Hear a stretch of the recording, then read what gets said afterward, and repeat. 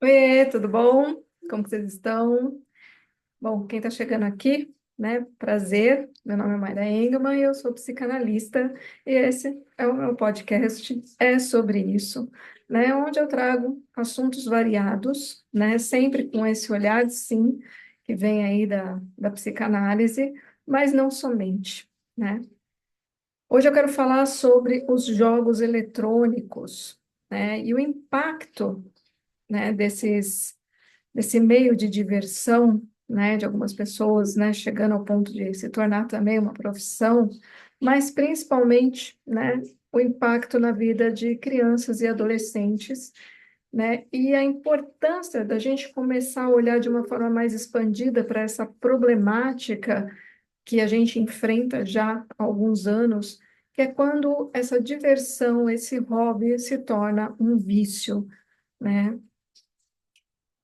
Eu estou sendo motivada hoje a falar sobre isso no momento onde as crianças estão, né, crianças e adolescentes estão aí entrando no período de férias escolares, e dessa forma, né, muitos pais, muitos cuidadores precisam, né, da ajuda, entre aspas, desses recursos que são os jogos eletrônicos, né? É uma forma, querendo ou não, durante algumas horas, de manter essas crianças, esses adolescentes entretidos, né? Quando não existe uma outra possibilidade de ter, por exemplo, um cuidador presente para brincar, para interagir, ou às vezes realmente essa criança, esse adolescente estão num lugar que também não tem crianças e adolescentes para eles brincarem, seja lá pelo motivo que for. Então, é muito desafiador para algumas famílias nesse momento. E hoje eu presenciei no shopping, né? Estava com meu filho caçula, né, de 8 anos, e de repente eu presenciei um menino começou a gritar no shopping. Quando eu olhei, esse menino estava junto com o pai e ele estava gritando escandalosamente: Eu quero jogar! E o pai puxou ele, né, para a escada rolante, deu um tapa na cabeça dele, e o menino chorava, chorava e não parava de gritar que ele queria jogar. Foi uma cena, para mim, brutal, brutal, porque a gente sabe que existe, e não é de hoje, né? Se a gente entrar em notícias, né, no Google, né, vai ver notícias de 12, 14 anos atrás, falando já dessa problemática, né, desse lugar dos jogos eletrônicos como uma possibilidade de vício para crianças e adolescentes. Então, é algo que já está na nossa sociedade há muito tempo, mas que, de certa maneira, eu sinto que não está reduzindo o número de crianças e adolescentes que se tornam viciados nos jogos eletrônicos. Ou seja, talvez a gente não esteja olhando para essa problemática de uma maneira realmente efetiva, coletivamente, né? Eu sinto que a visão está muito rasa. Então, se você vai olhar as abordagens sobre esse tema nas redes sociais, tem muito esse lugar de como evitar que os seus filhos fiquem nos jogos eletrônicos, qual que é o tempo que você tem que deixar no máximo, quais são as formas de controle parental, né? E que são importantes, são relevantes, mas só isso não está resolvendo. E por que será que não está resolvendo? Talvez porque a gente não tenha tido coragem ainda de olhar para a raiz de tudo isso, ou para as possíveis raízes de tudo isso. E a minha ideia aqui hoje, né, é trazer para vocês, que aliás, provavelmente eu serei interrompida daqui a pouco, que meu filho está tomando banho, né, e vai ser a minha estratégia hoje para terminar de gravar esse vídeo, vai ser realmente pedir para ele, nem preciso pedir, né, vou falar, filho, agora eu não posso. Ele vai falar, então posso jogar, né, porque esse horário ele já está cansado, eu estava na rua, né, então ele vai jogar. Então já está tudo no esquema aqui, né, para a gente falar sobre isso, acontecendo isso na minha vida, né, como uma mãe divorciada, né, com seus filhos de férias em casa e sozinha para cuidar dos dois, trabalhando, porque eu ainda estou trabalhando até sexta-feira, né? Então também vou trazer aqui um pouco sobre a importância da gente olhar esses cenários de cada um, né, antes de sair julgando as pessoas, né? Porque é muito fácil, né? Um famoso, uma famosa, né? Que tem 15 mil pessoas servindo eles nas suas moradas, nas suas mansões, ou os filhos podendo ficar, inclusive, num curso de férias integral ou numa colônia de férias, julgar ou dizer o que nós, pais e mães que não temos esse tipo de estrutura, devemos fazer ou deixar de fazer em relação aos jogos eletrônicos. É muito injusta essa comparação e a gente se torna muito alienado quando a gente ouve essas narrativas e se sente, inclusive, culpado de não estar conseguindo fazer como essas pessoas estão.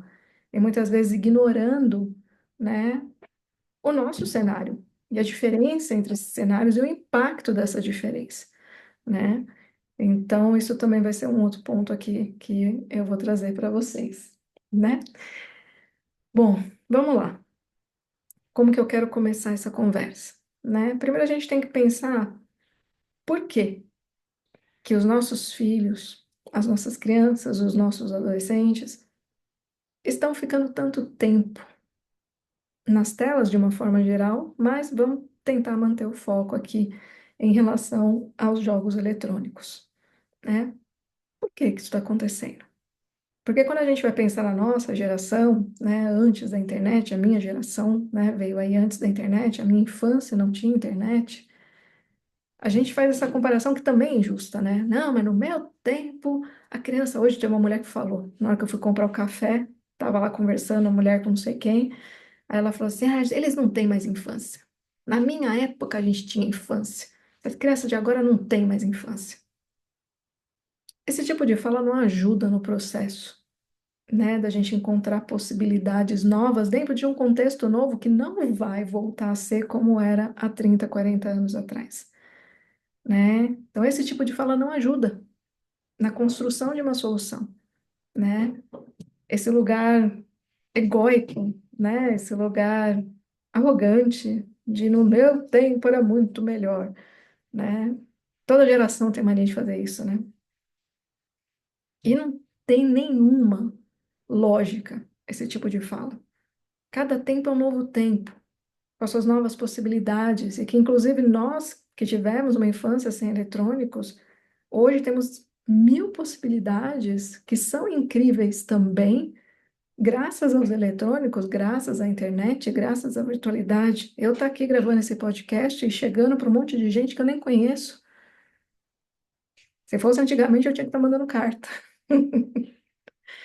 Então não faz o menor sentido também essa fala. Então a gente tem que pegar o contexto de hoje, a sociedade de hoje, o lugar onde eu habito nesse momento, e entender quais são as possibilidades. Sem essa visão retrógrada, né? Sem esse lugar saudosista, que nada ajuda a gente a ir para frente. Nada ajuda a gente a olhar para as questões atuais. E as questões atuais que nós temos, a gente precisa entender qual é a origem delas. Então, vamos entender essa diferença, sim, desses contextos geracionais, para entender o que mudou de fato na nossa sociedade, que está fazendo com que as crianças fiquem muito tempo em contato com jogos eletrônicos, né? Por que que esse lugar se tornou tão importante? Em detrimento do tempo que elas poderiam estar brincando na rua, em detrimento do tempo que elas poderiam estar na casa do amigo, que o amigo poderia estar em casa, mesmo que jogando juntos. A gente vê isso acontecendo muito pouco, a verdade é essa. Então, o que eu entendo dentro do que eu acompanho e dentro do que eu pesquiso, dentro do que eu reflito, né? Estando nesse lugar de uma mãe de dois meninos, né? Um que vai fazer 14 e outro que vai fazer 9, e tendo vivido já esse processo, né? Com esses dois serizinhos, né? Com uma diferença aí de 5 anos. Oi, pessoa. Mamãe tá gravando, tá bom? Daqui a pouquinho eu vou lá, beleza? Encosta pra mamãe a cara de feliz da criatura que vai jogar. Ele foi assim. Que lindo. Ai, ai. Enfim. Então, assim, a gente entender, primeira coisa, o que que aconteceu? Além da internet surgir nas nossas vidas, né? E desses jogos terem sido desenvolvidos e cada vez ficarem com um aspecto, né, de design gráfico cada vez mais convidativo, né? O que que aconteceu? Para essas crianças estarem muito tempo em contato com isso. Ah, o mundo está mais perigoso. Eu ouço muito as pessoas justificarem a partir daí. Será que o mundo está mais perigoso? Será que é por isso que o meu filho está mais tempo jogando jogos eletrônicos? Será que é porque o mundo lá fora está mais perigoso, que o meu filho fica 14, 22 horas? Os meus não, porque eu sempre controlei muito. E eu vou falar um pouco da minha experiência, que em algum momento eu tive um problema que foi o oposto. Foi oprimir demais o acesso aos jogos eletrônicos, né, do meu mais velho. Então, justifica o fato do mundo estar mais perigoso lá fora, o meu filho ficar 14 horas sentado na frente do videogame? Porque eu ouvi isso, né, de algumas famílias falando do filho ficar esse tempo, que seja 5 horas. Já é acima do indicado, né? A indicação, né, dos médicos é de no máximo 3 horas de jogos eletrônicos por dia. Na verdade, eles falam de telas, né? E procurar a cada 45 minutos ter um intervalo de 15 minutos para descanso. Só que o que a gente vê por aí não é isso. O que a gente vê por aí é, às vezes, realmente a criança ou adolescente ficar 5 horas, 14 horas. Existem casos que a gente encontra na internet de pessoas que ficaram mais de 20 horas jogando e morreram na frente do computador jogando. Tem um caso na Coreia que, inclusive, foi filmado. Era uma lan house. E aí a câmera da lan house filmando, o cara morreu ali na lan house, porque ele estava há mais de 20 horas jogando sem parar, sem beber água, sem ir ao banheiro, sem fazer nada. Parece mentira, mas não é. São inúmeros os relatos de crianças que elas não saem para nada quando elas estão jogando, que elas chegam a fazer xixi na calça, cocô na calça, para não ter que parar de jogar. E talvez quem esteja me ouvindo agora tenha presenciado isso, porque não é raro, tá? Isso é mais comum do que a gente imagina. Mas por que os pais, e esse é o ponto, por que os pais e os cuidadores estão permitindo que essas crianças e adolescentes fiquem tanto tempo na frente das telas? Por quê? Essa é a pergunta. O que acontecia antes que não está acontecendo mais? E aí vem uma leitura minha, tá? Que a ida das mulheres para o mercado de trabalho faz parte desse contexto, não como responsáveis, mas porque, querendo ou não, antigamente, quando as mulheres ficavam em casa, elas monitoravam tudo, elas estavam o tempo inteiro disponíveis para entreter essas crianças e adolescentes, para mediar o que eles viam, como eles viam, quando, que horas, com quem. Existia essa disponibilidade da mãe, normalmente, para fazer esse trabalho, para levar para passear, para levar para casa da tia, para casa da avó. As famílias tinham mais contato, né? Normalmente, quando era casa de rua, por exemplo, a gente tinha muito amizade com os vizinhos, então ia um na casa do outro. Tinha muito esse movimento presencial, que com a chegada, né, das redes sociais, esse lugar onde a gente conseguiu expandir essas redes de contatos, mas de uma forma virtual, nos afastando do contato presencial, tudo isso foi fazendo com que as famílias se distanciassem, com que esses vínculos presenciais fossem menores. E dessa forma, essas telas, e inclusive esses jogos eletrônicos, se tornaram realmente um lugar de destaque, por conta de não ter, né? E esse tempo, né, diante dessas telas, foi aumentando cada vez mais, porque um dos motivos possíveis, tá? Eu estou trazendo aqui para vocês a partir do que eu vejo, leio, observo, vivo, que é realmente esse lugar das mulheres que estão trabalhando no mercado de trabalho, né? Capitalista. Não só mais trabalhando como mães, que é um trabalho extremamente desgastante e que está sendo agora talvez um pouco valorizado justamente pela falta dele. E uma das consequências é sim que as nossas crianças e adolescentes Não tendo mais essa figura materna que era sobrecarregada com mil funções, e incluindo aí essa função de estar disponível durante todas as férias escolares, por exemplo, para cuidar dessas crianças, entreter essas crianças e adolescentes, levar para passear, levar para casa de um, levar para casa do outro, levar para um curso, levar para não sei o quê, essas mães não estão mais tão disponíveis para essa função. Então, muitas, por exemplo, estão trabalhando em casa durante as férias escolares. Mas, nesse momento, isso acaba sendo um lugar de privilégio, porque tem outras que não. Elas não têm opção de ficar em casa. E o pai, ou cuidador, né, como sempre, é natural, é normal que o lugar dele seja ali no ambiente do trabalho dele, cuidando do trabalho dele.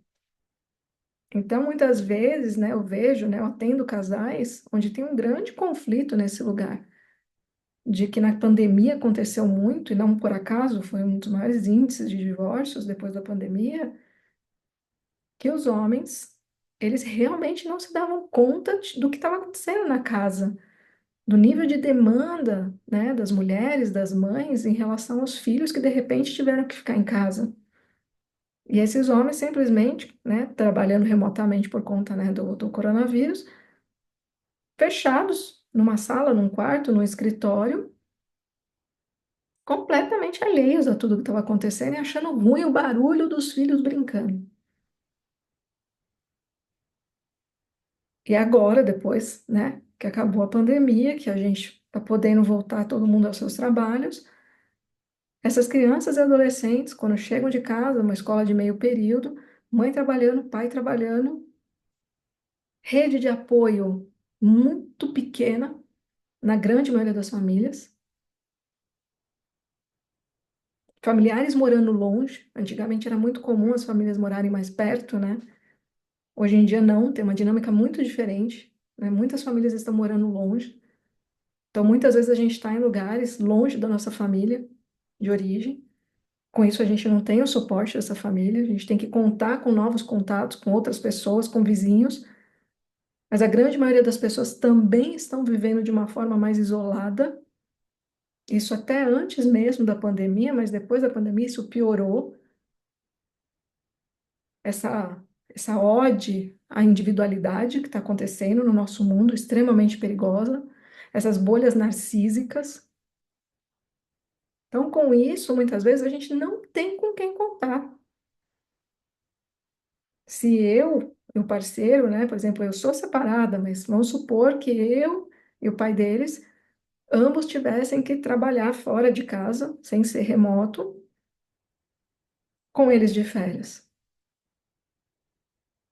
Eu comentei isso com meu filho hoje, né, sobre esses cenários, né, e dando exemplos para ele.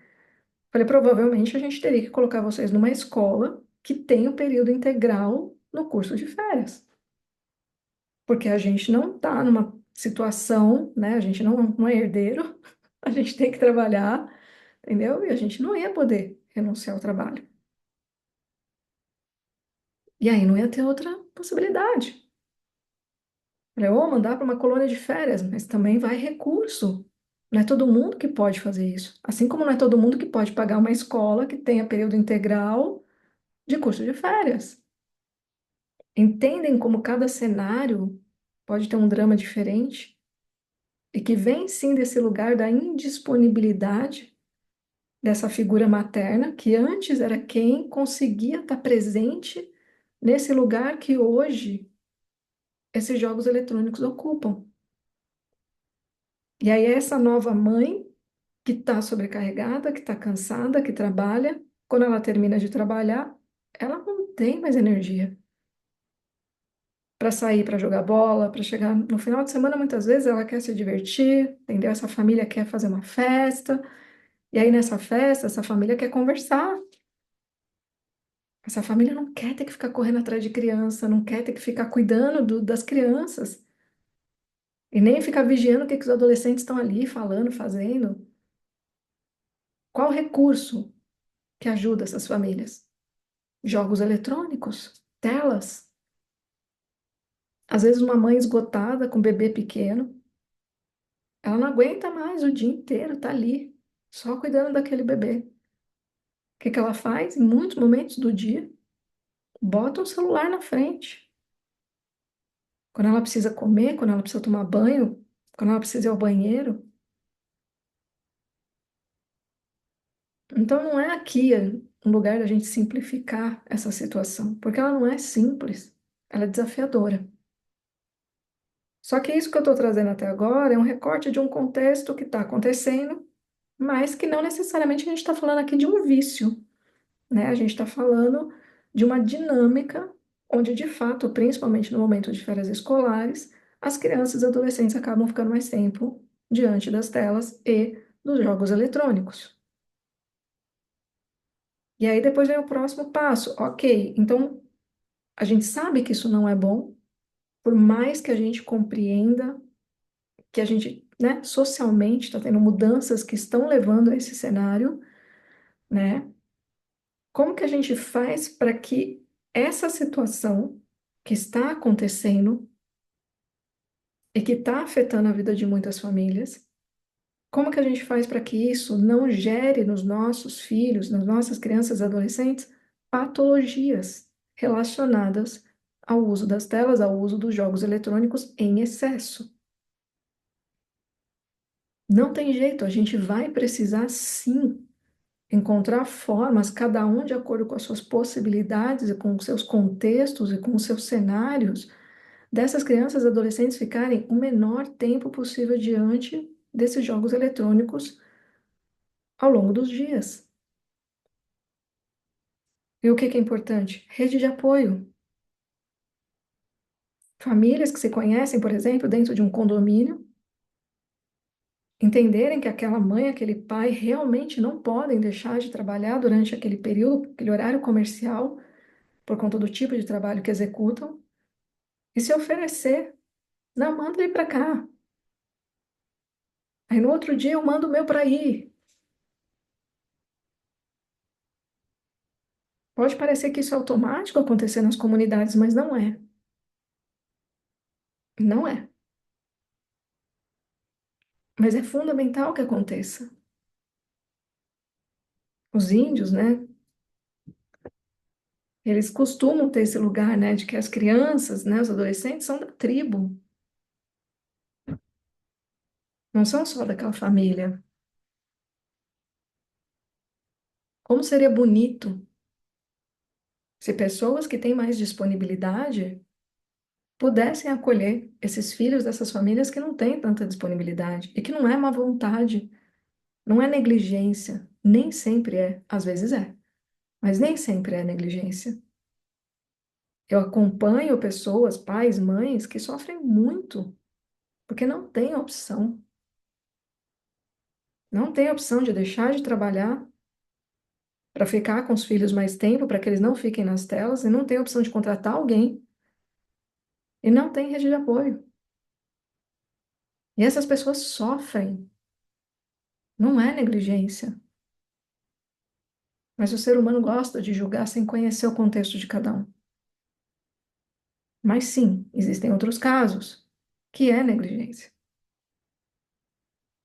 E infelizmente a gente não consegue trazer a consciência para todo mundo, e quem paga são os nossos filhos, são as nossas crianças, os nossos adolescentes. Então, a primeira coisa, é importante esse lugar da rede de apoio. É importante ter o conhecimento de que, idealmente, deixar as crianças no máximo 3 horas por dia é o ideal. Ah, mas não é possível. Ok, de vez em quando extrapolar. Existem situações na nossa vida, às vezes até eu acompanho casos, né, de os pais, um dos pais está em depressão, não consegue ficar com o filho. E aí, naquele período, alguns dias, cara, deixa 5 horas direto, porque eu não tenho força para cuidar dele. E não tenho ninguém que o faça. Então, pensar que existe esse limite, mas que eventualmente, ok, também. eu flexibilizar por conta de uma situação específica e temporal, que é só um pouco, é só um período, que não se estenda muito. Então, ter essa capacidade também de flexibilização, compreendendo que tudo bem, né? A outra coisa, né, é o entendimento desse lugar, dessa ação, né, que acontece quando a criança está ali em contato com aqueles jogos, que é esse lugar da dopamina, né, desse neurotransmissor que dá essa sensação, assim, da foco, da concentração, dá uma certa euforia. Mas qual que é o problema disso? O sistema nervoso chega uma hora que ele se acomoda com aquela quantidade e aí ele precisa de mais para poder sentir a mesma potência. Então não acaba nunca essa loucura. E aí a gente entra nesse lugar da compulsão, a gente entra no lugar desse vício, que não é diferente do que acontece com o uso de drogas, de álcool, de tabaco. É assustador, a ação é a mesma, não é menos pior. Toda ação de droga é a mesma no sistema nervoso, no corpo, na biologia. E é muito importante a gente ter consciência sobre isso. E aí, essa criança, esse adolescente, eles começam a ficar extremamente irritados. Se você fala em tirar deles, é igual esse menino que eu vi no shopping hoje. Claramente viciado. Não precisei de mais nada para poder olhar e falar, ele está viciado em eletrônico. E eu chorei, porque eu me senti impotente diante daquela cena. Que uma parte minha tinha vontade de sair correndo de onde eu estava e ir atrás daquele pai e falar: Você quer ajuda? Porque talvez esse pai também esteja passando por alguma coisa, essa família esteja passando por alguma coisa, onde por conta do contexto atual, eles simplesmente abandonaram essa criança na frente de um eletrônico. E isso acontece muito, mas muito mesmo. De situação realmente onde os pais estão adoecidos. Ou um ou outro, né? Quando são pais separados, por exemplo. Às vezes aquele adulto está adoecido, psicologicamente adoecido. Tem vários casos que eu acompanho de crianças, adolescentes que ficam ali nos eletrônicos porque os pais estão completamente medicados. Aquela situação onde a pessoa toma um remédio para dormir, depois toma um remédio para ficar desperto. A pessoa completamente drogada. Porque remédio psiquiátrico, para alguns casos, ele realmente é fundamental e que bom que eles existem. Mas vamos combinar, a grande maioria da população não precisaria estar tomando remédio psiquiátrico. E o que acontece é que muitas vezes esses pais dopados não dão conta de olhar para os seus filhos. E aí os seus filhos sofrem esse abandono diante das telas.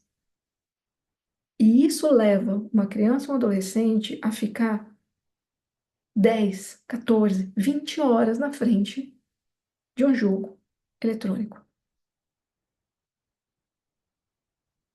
E isso acontece muito. Então, muitas vezes, levam essa criança, esse adolescente, para uma clínica, para um psiquiatra, para um psicólogo, dizendo que eles estão com problema, que eles precisam de ajuda. Se uma criança ou um adolescente chegam ao ponto de estarem viciados em jogos eletrônicos, é porque essa família, essa estrutura, esse ambiente está adoecido. Isso vem antes da criança e do adolescente. E é para isso que a gente tem que olhar. É esse pai, é essa mãe, é esse cuidador, essa cuidadora que precisam de ajuda psicológica para olhar para a própria vida e conseguir enxergar o abandono e as consequências esperadas desse abandono dessa criança, desse adolescente diante de um jogo eletrônico. Eu falo que eu raramente atendo adolescentes, porque quase sempre, quando chega para mim uma demanda de atender adolescente, quando eu converso com os pais, eu não tenho dúvida nenhuma de que quem precisa de ajuda são os pais e não o adolescente. E todas as vezes a situação melhora quando pelo menos um dos pais entra no processo psicanalítico. Então, o problema, né, não é o filho. Não, é um absurdo. Ele fica 10 horas no eletrônico. Eu acho, assim, uma loucura quando um pai e uma mãe fala desse jeito. Como se fosse escolha da criança, do adolescente, quantas horas ele vai ficar na frente de um lugar que vicia, um lugar que traz essa injeção de dopamina. É óbvio que ele vai ficar e nunca mais vai sair se ele não tiver um responsável, um adulto, que coloque limite naquilo. Agora, como esse adulto vai conseguir colocar limite se ele mesmo muitas vezes ainda não trabalhou isso nele? Se ele ainda, ele e ela estão repletos de sintomas, de todas as suas questões inconscientes, como que esses adultos vão estar na posição de adultos para moderar o que seus filhos estão fazendo e quanto eles estão fazendo? Para dizer não. Porque sim, quando eles estão lá jogando, eles ficam muito loucos. Eles ficam extremamente agitados. Por quê? Porque é uma ferramenta que traz essa injeção de dopamina. É natural que eles fiquem assim. Mas aí são os cuidadores que têm que chegar e falar: acabou. Não, mas só mais um pouquinho, é sempre a mesma coisa. Só mais 5 minutinhos. Não. Não, mas é porque eu acabei de começar isso aqui. Não. Depois pega o controle e desliga. É isso que eu faço. E quando eu vejo que eu vou ter um dia cheio, às vezes atendendo, né, e eles estão de férias, eu cheguei já a tirar os controles da sala e guardar comigo, vim dormir com os controles. Sim, a gente precisa encontrar formas de controlar o tempo e o quê. O pequeno esses dias foi jogar um jogo que eu olhei assim, eu falei, ah, não, esse eu não gosto. Jogo de arma, normalmente eu sou bem crítica. E aí o mais velho olhou para mim assim, ele falou assim, é, mãe, ele tava jogando isso daí e eu acho que ele tá mais agitado. Aí ele falou, se você quiser, depois eu excluo, que é do Roblox, que fica lá no console também do PS4. Aí eu olhei pra cara dele, né, disfarçado assim, olhei pra ele e falei, pra ele excluir aquele jogo. Então tem que ter uma curadoria dos adultos. E no meu caso, eu tenho a ajuda do meu mais velho, porque ele passou pelo processo onde eu controlei muito o que ele acessava, deixava de acessar, por quê? E até mais do que do pequeno, e ele me ajuda até por isso. Porque hoje eu não tenho mais o tempo que eu tinha quando o meu maior tinha a idade do meu pequeno. Então, com o meu mais velho, eu consegui controlar muita coisa, muita mesmo. E chegou a ser excessivo, de verdade. Agora, com o meu mais novo, eu já não tenho mais tanto tempo, né? Assim, eu trabalho hoje muito mais do que eu trabalhava na época, né, do meu mais velho, que ele era pequeno. Então, eu preciso fazer curadoria, eu preciso saber o que eles estão jogando, e eu preciso tirar aquilo que eu sei que faz mal, porque você percebe o nível ali, né, da construção ali das narrativas de alguns jogos que não faz sentido ele ter acesso àquilo. E eu sei que faz mal dentro nessa parte neurológica. Então é importante a gente fazer a curadoria, é importante ter o controle, né? Eu tenho o controle agora, eu até tirei do mais velho, porque ele está demonstrando responsabilidade, mas eu tinha o controle parental dos jogos que ele baixava ali, né, no computador. Tudo que ele ia baixar, eu via o que ele ia baixar.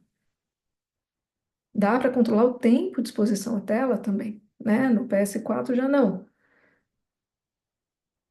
Deixa eu ver o tempo aqui. Nem sei quantas horas eu tô aqui já.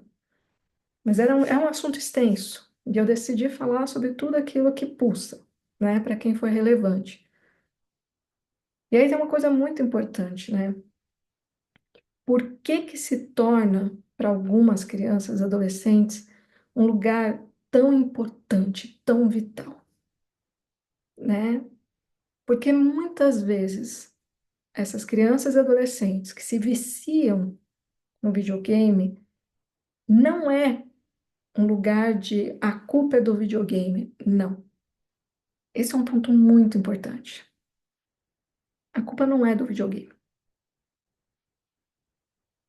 A questão é, primeiro, existe uma predisposição em algumas crianças e adolescentes que vem da genética a vícios e compulsões. Então, se não for o videogame, talvez, né, em algum momento, esses indivíduos vão buscar outros vícios e outras compulsões. Pois é, porque eles são todos do mesmo lugar. Então, muito, né, quando a gente tem aí vários estudos, né, sobre o perfil de crianças e adolescentes que caem nesse lugar do vício, de fato, de jogos eletrônicos, tem sim um caráter genético de predisposição a adquirir vícios e compulsões, tá?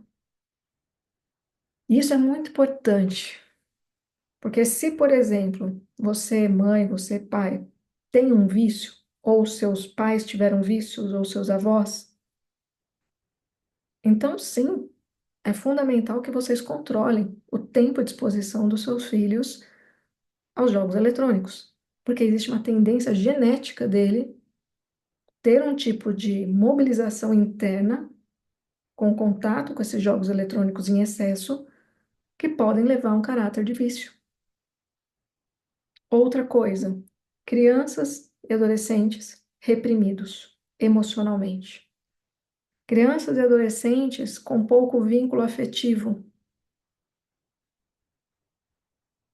É muito normal que esses perfis sejam os perfis que vão se tornar viciados em jogos eletrônicos.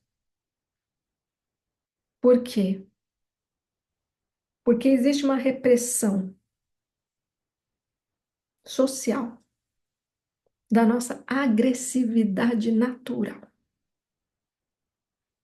E nesses jogos eletrônicos, principalmente com armas, é um lugar de sublimação, muitas vezes, de raivas reprimidas, desses afetos reprimidos, desse choro que foi engolido, dessa fala que não pôde sair, desse grito que não pôde sair, da expressão de vida recolhida.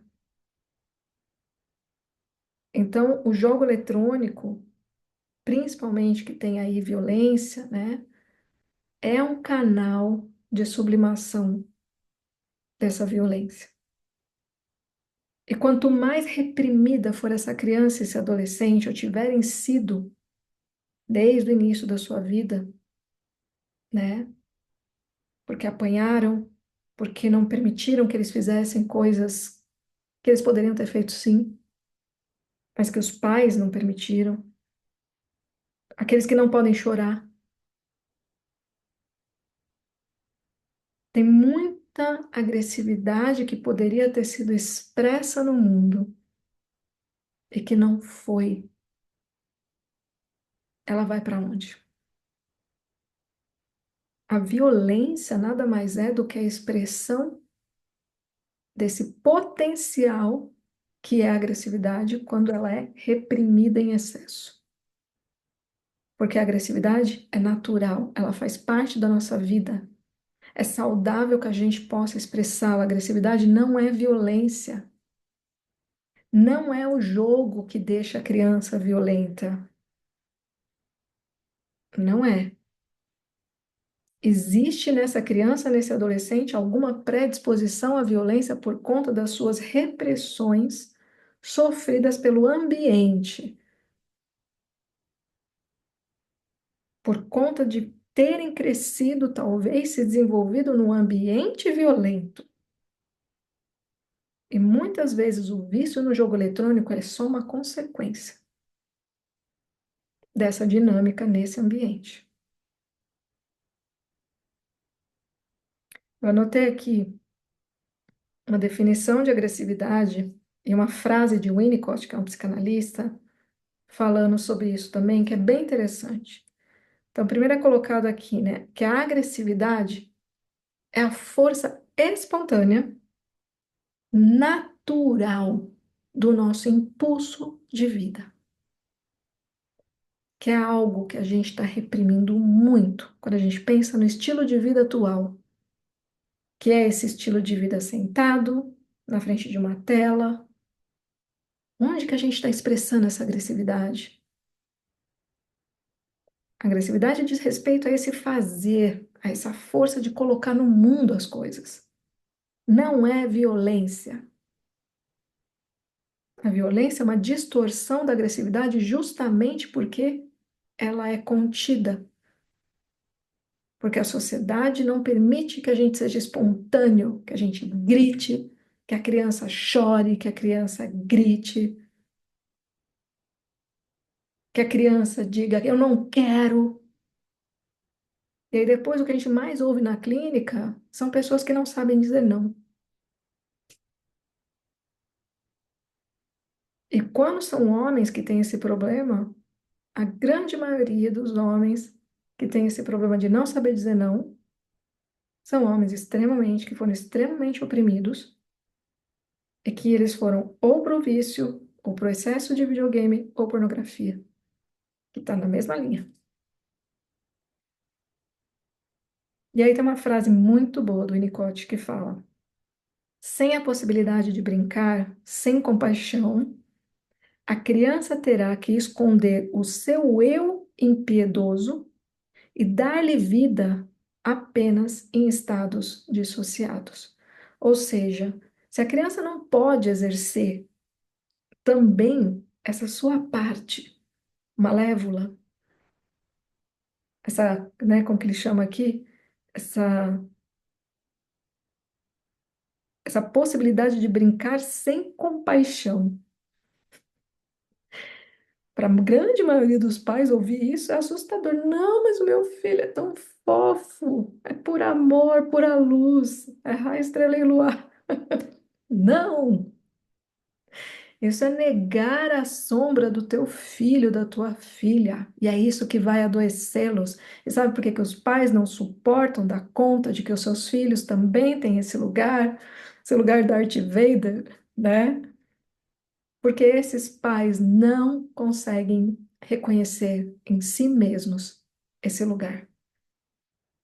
Só que quando esses pais não conseguem, eles mesmos, terem a capacidade de também trazer esse lugar para o mundo, ou de pelo menos reconhecê-lo, esse lugar impiedoso, desse eu impiedoso, os seus filhos vão sofrer com isso. Esse é o problema. Ou seja, os filhos são sintomas dos pais. Esse é o fato. E esse olhar é crucial que a gente tem. Então, deixem as crianças se expressarem, deixem as crianças subirem na árvore, porque também tem isso, né? Ai, né? Porque agora ele só fica no eletrônico. Aí, se a criatura sai, fica lá. Não, mas você vai, se você subir na árvore, você vai cair. Se você pegar a bicicleta e sair correndo, você vai tropeçar, você vai se machucar, você vai. É um terrorismo contra a vida. As crianças estão sendo cerceadas no seu direito de se machucar, cerceadas no seu direito de brigar com o outro. E aí depois não sabe por que que não consegue colocar limite. Não conheceu os limites, nunca entrou em confronto com a borda do outro. Aí onde que ela vai exercer isso? Nos jogos eletrônicos.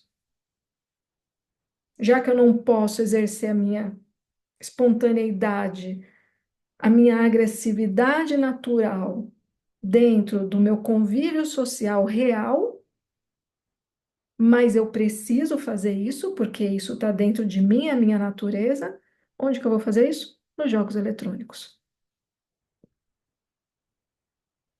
E aí os pais reclamam que não quer sair do jogo eletrônico, mas também não deixam essa criança, esse adolescente se expressar no mundo. Não dão conta da expressão dos seus filhos. porque a grande maioria desses pais também foram oprimidos e ainda se colocam nessa posição, mesmo sendo adultos, podendo mudar essa história.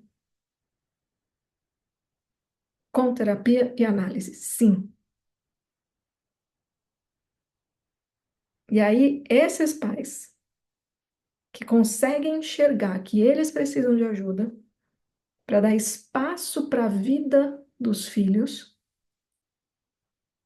esses pais se libertam e libertam seus filhos também.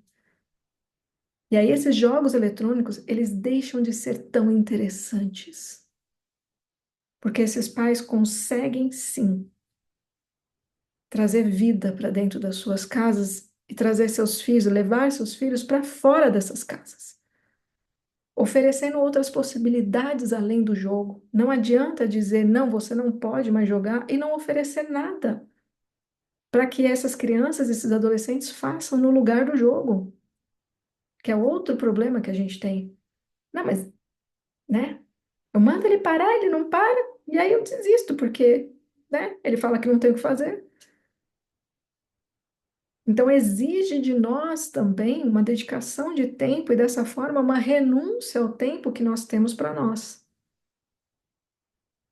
E a gente está vendo também nos pais uma grande dificuldade de fazer essa renúncia. E eu não estou aqui me colocando num lugar onde eu consigo sempre, não. Porque tem dias que eu não quero também. Não quero ter que deixar de fazer alguma coisa que eu gosto muito ou que eu quero muito fazer para pegar, tirar eles do jogo e fazer alguma coisa. Muitas vezes eu não quero. Mas é preciso ter a medida. É preciso ter a consciência justamente para não perder a medida. Mas a grande maioria dos pais está fazendo isso sem consciência. Não estão nem percebendo esse abandono. E é preciso olhar para ele. Sem essa necessidade de olhar e pensar em se punir, pois, né, eu que estou errado. Encontre soluções possíveis para cada um. Elas existem. Mas sim, exige muito esforço da gente. Não está sendo fácil para ninguém. Não está sendo fácil para os filhos e não está sendo fácil para os pais. Mas existem possibilidades para quem está desperto. Existem possibilidades para quem está consciente. Existem possibilidades para quem busca ajuda. Antes que os filhos adoeçam, busquem ajudas vocês, pais e cuidadores. Porque se o seu filho está ficando em tempo de tela mais do que o saudável, a ponto inclusive de se tornar viciado, o problema não é o seu filho, se ele for uma criança ou um adolescente. Não é. A questão está nos cuidadores adultos. São esses cuidadores que precisam de ajuda, que precisam buscar ajuda, antes que seja tarde.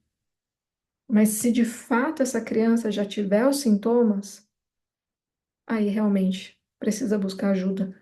E normalmente, dependendo do nível que chega, quando a criança e o adolescente não querem mais comer, não dormem, viram a noite jogando, quando tudo fica desinteressante na vida, a apatia diante da vida, no início dela, isso é muito triste. Mas é isso que acontece quando entra nesse lugar do vício. Então, se já chegou nesse lugar, não tem jeito. Vai ter que levar, sim, o psicólogo e psiquiatra. Agora, se não chegou ainda nesse lugar, mas se vocês, pais, cuidadores, já percebem sinais de que está além daquilo que é o normal, busquem vocês ajuda psicológica para entender o que está acontecendo nessa dinâmica familiar, para que tenha gerado esse abandono dessa criança ou desse adolescente. Busquem ajuda para que vocês encontrem caminhos para que os seus filhos não sejam as vítimas, muitas vezes, de um sistema familiar adoecido. Certo? Bom, eu acho que o mais importante que eu trouxe aqui é bastante coisa, mas eu realmente espero que esse conteúdo possa ajudar quem estiver passando por isso. Em alguns momentos eu fui dura, sim, porque eu acredito que é um tema tão sensível, tão urgente, e não dá mais para a gente falar isso de uma forma tranquila, porque não é tranquilo. Ter visto esse menino gritando no shopping hoje que queria jogar me deixou completamente abalada. Completamente abalada. É muito grave o que está acontecendo. E eu sei que tem muitos pais que estão sim deixando seus filhos abandonados na frente das telas, na frente dos jogos eletrônicos, não porque querem, mas porque estão precisando de ajuda. Então busquem ajuda. Não é justo que as nossas crianças e adolescentes tenham que enfrentar um processo para se curar de um vício na infância e na adolescência. É brutal isso. Deixem os seus filhos se expressarem livremente. Trabalhem os seus traumas, as suas questões de adultos, para que vocês deem conta de receber a vida deles. Porque muitas vezes o problema é esse: é quando os pais estão apáticos, quando os pais estão vivendo uma vida no automático, quando os pais estão viciados nos seus celulares, quando estão viciados no seu trabalho, quando estão viciados em remédios psiquiátricos, quando estão viciados em cigarro, em álcool, quando a vida desses cuidadores está pobre, quando esses cuidadores adultos estão se abandonando. E aí é lógico que o esperado é que abandonem os seus filhos. Porque se eu não consigo cuidar de mim, se eu não dou valor para minha vida, se eu não escolho viver aquele diante de mim que tem força, que tem vontade, que tem alegria, eu vou enxergá-lo como inimigo da minha dor. E eu vou fazer com ele o que fizeram comigo muitas vezes. Eu vou oprimi-lo porque eu fui oprimida e não consegui trabalhar isso ainda. Mas eu não faço isso porque eu quero. Eu sei que nenhum pai, nenhuma mãe faz isso porque quer. Estão sendo movidos pelo seu inconsciente, que está ali no comando, e que precisa de ajuda para trazer para a consciência, para sair dessa dinâmica e voltar a viver, se apropriar da própria vida, se libertar de tudo aquilo que te amarra e dessa forma libertar o teu filho, a tua filha, das amarras que você está dando para eles de herança. E eu sei que quem ama não quer dar de herança para o outro uma prisão. Quer dar liberdade, quer dar amor, quer dar alegria, quer dar vida. Então façam isso.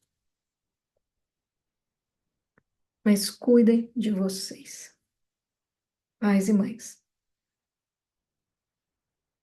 para que os nossos filhos não sejam penalizados por aquilo que a gente não cura em nós.